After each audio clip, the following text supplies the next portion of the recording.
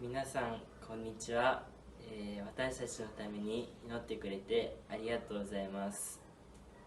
Boa tarde, pessoal, irmãos queridos de Vila Ema. Estamos aqui no Brasil e infelizmente não podemos encontrar com vocês, assim, ao vivo, né? Como dizemos, mas é uma alegria muito grande poder compartilhar com vocês esse tempo, culto de hoje.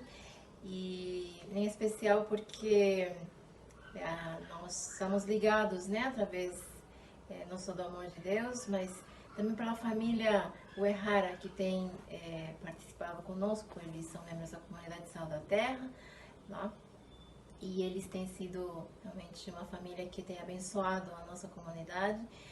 Márcio, Karen, Lucas, Gabriel e Clarinha. Eles são muito queridos, né, por todos nós da comunidade. Eles têm sempre sido exemplo para nós, indo lá, né, de tão longe de onde eles moram, e tendo participado ativamente, as crianças também, e realmente eles têm sido uma alegria muito grande poder compartilhar a nossa vida lá, também o crescimento espiritual deles, e queremos que realmente vocês continuem a orar, né, por eles, por cada um de nós, assim como nós temos também orado por vocês aqui na igreja no Brasil. Para nós, assim, é muito estranho, porque nós viajamos mais de 30 horas para chegar aqui ao Brasil, para poder revê-los, né, para poder encontrar com cada um de vocês, poder dar um abraço. E apesar de estarmos tão próximos, né, estamos aqui em São Bernardo, daqui até Vila Ema, são 20 minutos no máximo de carro, mas no entanto a gente está falando por vídeo, né?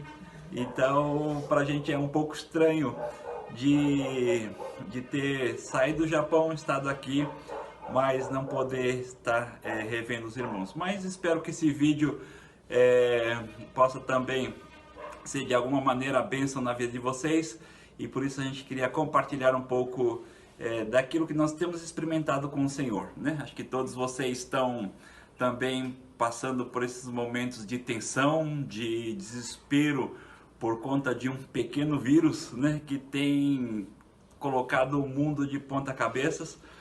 Lá no Japão também nós enfrentamos, quando estávamos lá, parece que o vírus havia sido controlado, mas parece que está voltando agora, tanto é que as Olimpíadas foram canceladas esse ano, a cidade de Tóquio foi fechada assim como precaução, muitos comércios, e a vida da cidade também parece que está um pouco mais assim parada e contida, para que o avanço do vírus, né, possa ser interrompida, e consequente nas nossas cidades também, né?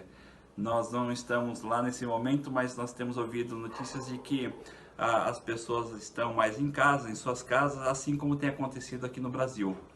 Então, pensando um pouco nisso, eu estava orando ao Senhor, eu tenho compartilhado isso com algumas igrejas, né, via online também, mas eu gostaria de falar um pouco mais a respeito da nossa responsabilidade como filhos de Deus em meio à crise, né? E eu queria assim poder dividir com os irmãos algumas experiências que nós tivemos, né, no Japão, quando aconteceu o tsunami em 2011, né? Todos sabem que no dia 11 de março de 2011 aconteceu o grande terremoto, né? E esse terremoto ocasionou o tsunami, né, que invadiu as cidades, principalmente nas regiões nordestes do Japão, afetando milhares de pessoas e ceifando pelo menos 18 mil pessoas, né? Morreram 18 mil pessoas, mais 3 mil mais ou menos eles morreram decorrência, né? Morreram depois do tsunami, né? Então foi um momento assim que nós enfrentamos, e foi um tempo de aprendizado com o Senhor também. e eu gostaria de poder compartilhar com os irmãos. Eu sei que vocês, na época, muitos de vocês acompanharam a nossa trajetória lá e achamos muito interessante, porque aquilo que nós enfrentamos em 2011, eu acredito que o ambiente, né, o clímax, né, está muito parecido com os nossos dias por conta do coronavírus, né, vírus ou COVID, né, 19, COVID, né, Covid, né, Covid, tô mudando o nome aqui. Em 2011 a gente estávamos trabalhando já no Japão, né, por alguns anos, e foi o tempo em que particularmente eu tinha uma angústia muito grande no meu coração, porque Deus me chamou naqueles dias para orar, né, especialmente no dia 11 de março, né, era uma sexta-feira. Eu havia acabado de almoçar, eu estava com o coração muito apertado e eu não sabia o porquê disso, e eu resolvi ir para o quarto orar. E eu orei entregando a minha vida, colocando o futuro nas mãos do Senhor, né? Eu não sabia ainda o motivo pelo qual eu estava naqueles dias, né? Eu achava que estava sendo muito inútil, né, naqueles dias, e eu não sabia exatamente o que eu deveria fazer. Eu queria saber melhor o que Deus tinha para nós como família, como cristãos, né, para atuar no Japão, né? Era um momento em que eu estava me perguntando ao Senhor o motivo pelo qual eu estava ali no Japão. Foi quando eu terminei a oração, meia hora depois veio uns tremores, né, uns tremores muito incomum, né, no Japão. O terremoto é comum, mas aquele tremor que nós estávamos sentindo, ele era muito forte, e foi quando nós vimos que aquele tremor ele produziu um grande tsunami, né, como eu acabei de falar. E quando eu liguei a TV, eu vi aquelas imagens fortes, né, da água do mar, levando carros, levando casas, levando pessoas, né. Eu fiquei muito aflito, porque eu sentia, né, aquela tragédia, né, acontecendo na vida das pessoas, e foi quando o Senhor confirmou no meu coração de que algo precisava ser feito, né? E eu comecei a orar ao Senhor e pedindo uma direção, né? E aquela oração que eu havia feito há momentos atrás, né, começou a me fazer sentido, de que Deus estava me preparando para estar naquele momento, né, para aquela oportunidade, para que eu pudesse ajudar as vidas. Então nós, como família, nós sentamos, nós decidimos, né, eu, Tânia e Lucas, decidimos a permanecer no Japão, né? Existe a possibilidade de voltar para o Brasil, mas nós sentimos que ali era o momento, o local que nós deveríamos estar, e ali aquele momento era o momento de estar fazendo algo, né, para abençoar ou ajudar de alguma maneira. Então, nós vimos assim acontecendo notícias, né, dia após dia, notícias de que o Japão poderia passar por um grande problema, né, que era a questão da usina nuclear de Fukushima, que havia sido afetada pelas ondas também, e que estavam pegando fogo, e por conta disso ia explodir a qualquer momento. E se explodisse, e voaria radiação para todos os lados, chegaria em Tóquio, espalharia pelo Japão inteiro, e todos estariam, né, morrendo por contaminação, né, dessa radiação. Então, pela ignorância, nós não sabemos o que era a radiação, né, qual é o problema que causa nas nossas vidas, mas as pessoas iam dizendo que aquilo traria problemas terríveis, né, no corpo humano, e se não afetasse diretamente, mas a médio e longo prazo, a pessoa contrairia câncer e morreria. Então, por conta dessas notícias a gente ficava muito assim apreensivo, com medo. Então, dito isso, né, nesse ambiente, nós aprendemos algumas lições, né? E eu gostaria de compartilhar com vocês, né? Eu já falei isso na outra igreja, mas eu tenho sentido no coração que eu devo falar algo mais para vocês, né? Para os nossos irmãos de Vila Ema, né? Então, a primeira coisa que a gente aprendeu é parar, né? E orar, né? Pedir paz de Deus aos nossos corações. E em Filipenses capítulo 4, ele diz assim que nós devemos apresentar ao Senhor todas as nossas petições, né? E juntamente com ações de graças quando nós estivermos orando.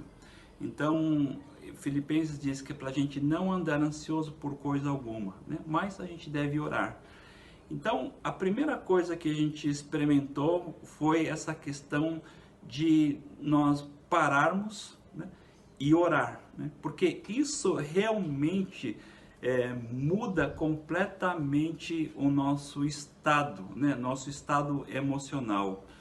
Porque Deus, Ele tem o prazer de ouvir nossas orações, né? Deus sabe o que é que nós já vamos pedir, mas é importante que a gente diga item por item, colocando nossos pedidos ao Senhor. Então, quando a gente coloca e apresenta os nossos medos, a gente apresenta os nossos problemas, a nossa ansiedade, nossa tristeza, nossa dor, Jesus ele vai curando a gente à medida que a gente vai abrindo o nosso coração, expondo as nossas vulnerabilidades.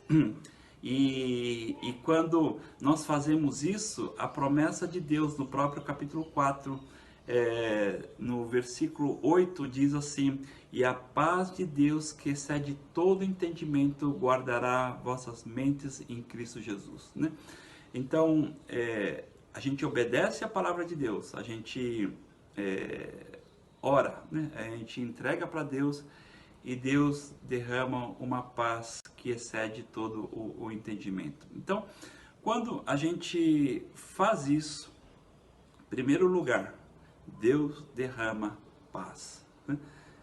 E quando existe paz no coração, né, a segunda coisa é de que Deus nos chama, né? Deus tem algo a realizar em nós, né? Através desses momentos. Enquanto a gente está atribulado, a gente está nervoso, preocupado, não adianta, a gente não consegue ouvir a voz de Deus muitas vezes. Para isso é preciso ter essa paz. Então, ore ao Senhor, né? Foi isso que nós aprendemos. Ore e a paz de Deus vai vir ao seu coração. E aí, a partir disso, Deus começa a ministrar nas nossas vidas, né? A gente começou a se ter um tempo, uma reunião de oração. A igreja, naquele momento, começou a desejar orar mais. E em meio à oração, em meio aos nossos encontros, que também nós fazíamos via Skype, porque ninguém podia se locomover mesmo naquela época, nós nos encontrávamos via Skype e nós orávamos, fazíamos reuniões 6 da manhã, 2 da tarde, 8 da noite, e a igreja pôde experimentar, né, coisas maravilhosas dentro de cada coração. E foi esse momento em que Deus começou a ministrar os nossos corações através da sua palavra, né? Então, Deus mostrou a sua presença, né? A verdade da palavra de Deus, de que quando nós estamos ansiosos, preocupados, nós colocamos para Ele, vem a paz. E aí quando vem a paz, a gente sente a presença de Jesus, né? No Salmo 46, né, versículo 1, ele fala a respeito de que Deus é socorro bem presente nas nossas tribulações. Por isso a gente não precisa ter medo, né? Então, vejam, né, como a palavra ela é viva, ela é poderosa, né? E nós nos apoderamos dessa palavra de Deus, né? De que a gente não precisava temer coisa alguma, né? Apesar dos noticiários, apesar das informações serem contrárias, nós resolvemos crer na palavra de Deus, né? E a palavra de Deus diz assim, a gente não vai temer, né? O salmista diz, a gente não vai temer, porque Deus, ele é socorro bem presente nas nossas tribulações, né? Então, palavra viva, né? Palavra poderosa, e a gente pode entender, né? Que Deus fala conosco através da sua palavra. Ela é viva, ela é poderosa, né? Ela é real, ela é atual para os nossos dias, né? Então, a partir daí começou a nascer também um desejo de ler, né? De estudar mais a palavra de Deus. E decorrência disso, né? Anos depois, a comunidade começou a experimentar também, né? A leitura bíblica diária, o devocional. Então, nós estamos já há alguns anos fazendo os nossos devocionais, né? Nós postamos na nossa rede social, né? que é interna, e todos os dias às 5 da manhã, alguém manda um devocional com um capítulo da palavra de Deus, né? Isso tem sido assim muito marcante para nós, né? E até os dias de hoje nós fazemos isso. Mas por que aconteceu isso, né? Por que nós estamos fazendo isso hoje?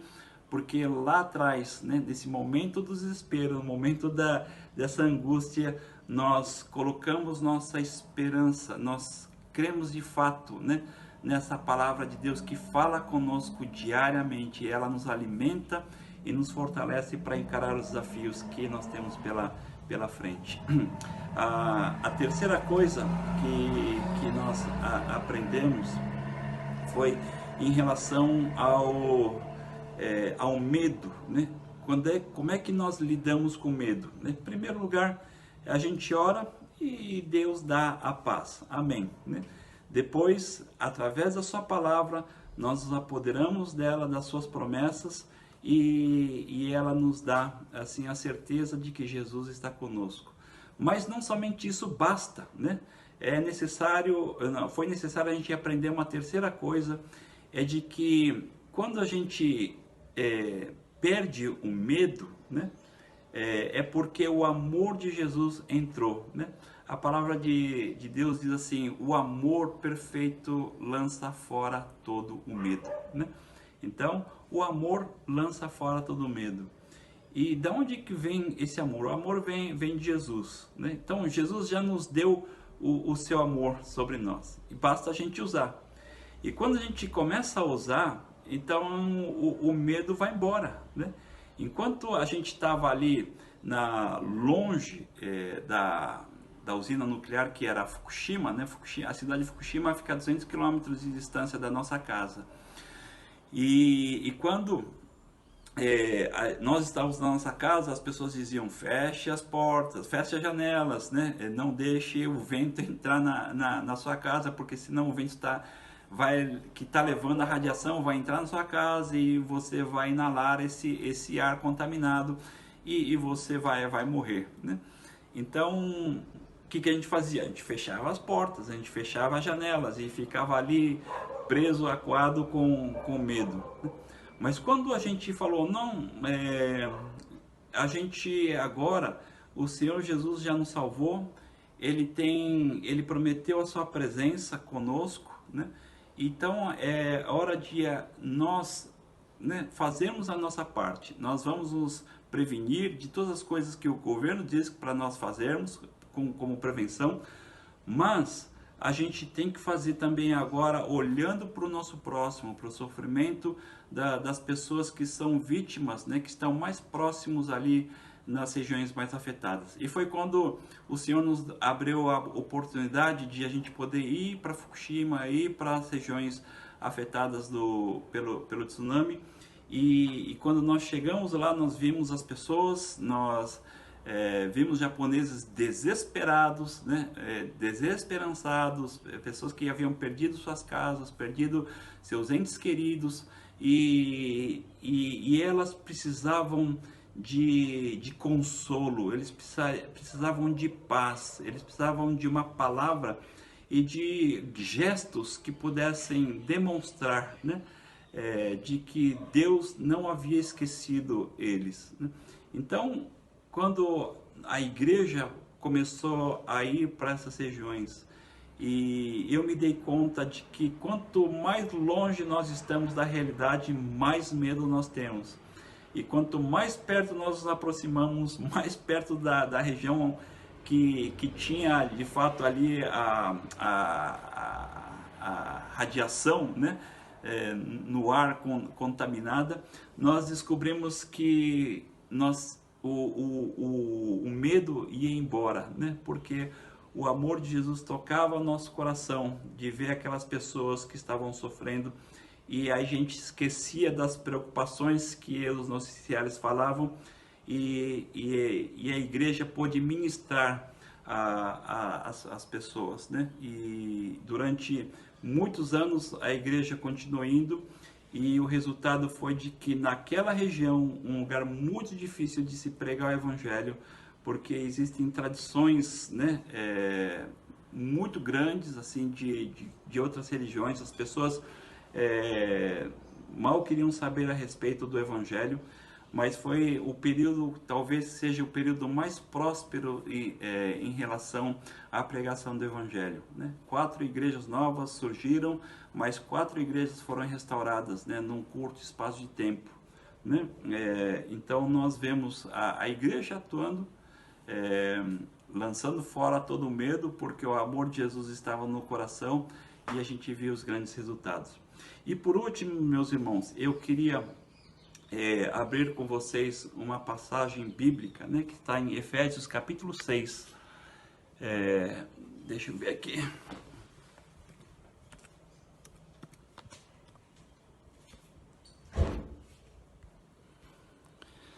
A última lição que eu gostaria de compartilhar com vocês está no Evangelho, no livro de Efésios, capítulo 6, que diz assim, versículo 18 a 20: Orem no Espírito em todas as ocasiões, com toda oração e súplicas. Tendo isso em mente, estejam atentos e perseverem na oração por todos os santos. Orem também por mim, diz Paulo, né? Para que quando eu falar, seja-me dada a mensagem, a fim de que destemidamente torne conhecido o mistério do Evangelho, pelo qual sou embaixador, preso em correntes. Orem para que, permanecendo nele, eu fale com coragem e como me cumpre fazer. Essa quarta lição, né, que nós aprendemos é que eu conheci um pastor lá nessa região, na cidade chamada Quecenuma. Eu, na verdade, primeiro eu assisti veio um vídeo para mim, e ele tinha 60 anos de idade, mais ou menos, tinha 60 anos de idade. Ele havia perdido a igreja e sua casa, a casa pastoral, né?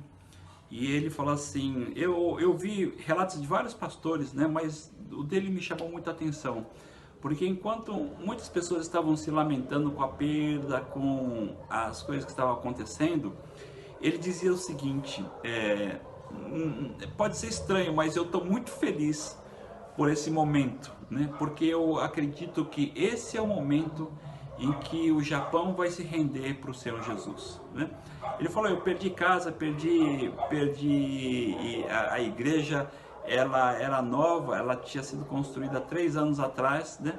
Mas nós perdemos tudo, mas eu sei que igreja não é isso, né? Igreja não é prédio, igreja somos nós. E eu acredito que esse seja o momento da igreja, né, se levantar para ver um grande avivamento nesse país. Quando eu vi esse vídeo, assim, eu fiquei muito entusiasmado de um dia poder conhecer ele, né? Eu falei, eu quero me aproximar de homens assim, né? Homens que tenham fé, que esteja cheio da presença de Jesus na sua vida, né? É uma pessoa que entendeu de fato o motivo pelo qual ele estava ali naquele momento, né? E ele foi grandemente usado pelo Senhor durante anos e anos e anos. ele serviu a Jesus, né, ajudando voluntários, ajudando pessoas para estarem junto com eles, né, para ministrar na cidade, nas casas, enfim. Foi um homem bastante usado pelo Senhor. Então, essa quarta lição que eu aprendi é de que, como Paulo nos ensina, ele diz assim: vocês devem orar no Espírito em todas as ocasiões, com toda a oração e súplica, e tendo isso em mente, estejam atentos e perseverem na oração por todos os santos. Então, a igreja é chamada para orar uns pelos outros, não é? Então, isso é intercessão. Nós devemos olhar para as necessidades do outro e sentir, né, essa mesma necessidade como fosse a sua, e orar, suplicar ao Senhor. E por quê? Porque quando a igreja ela começa a ter esse despertamento espiritual, começa a desejar a fazer isso uns pelos outros, então é porque Deus está preparando algo para realizar através da vida da igreja, né? E Paulo, ele não termina, ele continua, ele dizendo assim: orem também por mim, para que quando eu falar me seja dada a mensagem, a fim de que destemidamente torne conhecido o mistério do Evangelho. Uma das coisas que Paulo está pedindo oração por ele, né? Então, Paulo como pastor, né, como um missionário, um apóstolo, ele está pedindo para a igreja orar por ele. Pastores, eu acredito que tem uma dificuldade muito grande de pedir para si, né? Eu conheço muitos pastores, né, que eu acho que o pastor Key também é assim, prefere pedir pelos outros, né, mas não para si, né? Porque os pastores acabam se preocupando mais com os outros e às vezes não faz isso, traz esse exercício para a igreja, né? E eu creio que essa passagem nos ensina algumas coisas muito importantes para nós como igreja fazermos, né? Orar uns pelos outros, amém, nós precisamos fazer, mas é importante orar pelo pastor, né? E porque a igreja é formada pelos membros, pelos irmãos, né? E isso é certo, mas o pastor, quando o Senhor abençoa, né? Quando existe a graça, a bondade, né? O poder do Espírito Santo sobre a vida do pastor, então coisas novas começam a acontecer. E eu creio que esse é o momento oportuno de nós como igreja orar pelos nossos líderes, né? E orar para que o Senhor capacite, né? Dê visão dos céus, para que eles, cheios do Espírito Santo, tanto o pastor como toda a sua família, possam estar ouvindo a voz do Senhor, né? Para que esse momento seja um momento de um grande despertamento espiritual para toda a igreja. Eu acho que esse vírus que tem afetado o mundo inteiro, eu não sei quais são as consequências de tudo isso, mas eu acredito que ela vai continuar, né? E vai trazer algumas consequências, né? Muito duras para esse mundo, né? E eu acho que ela vai alterar a dinâmica da igreja, como já tem alterado. Nós estamos conversando aqui via vídeo, né? Já não podemos reunir nesse momento, mas eu acredito também que é o tempo de a gente parar, e é o tempo de cada um em suas casas orar, né? Orar pelo seu pastor, orar pela liderança, né, espiritual que Deus colocou na sua vida, né? Assim como nós estivemos orando pelo pastor Minegishi naquela ocasião em 2011, né? E o Senhor usou grandemente a sua vida. Eu creio que nós também temos que hoje orar, né? Dobrar nossos joelhos pela vida dos nossos pastores, né? Em especial hoje eu gostaria de encorajar os irmãos a orar pela vida do pastor Key e sua família. Ok? Então, Deus os abençoe. Espero que um dia a gente possamos nos rever. Nós vamos ficar até o dia 4 de maio, né? Porque os voos foram cancelados e a gente vai ficar mais um mesinho aqui no Brasil. Então, Deus abençoe todos vocês e que o Senhor abençoe, né, poderosamente suas vidas, para que vocês sejam bênção em Vila Ema, em todo esse Brasil, né? Eu sei que Deus quer usar a vida de vocês, né? Ele já está usando e quer usar muito mais suas vidas, ok? Deus abençoe, um grande abraço a todos vocês. Deus te abençoe. Tchau!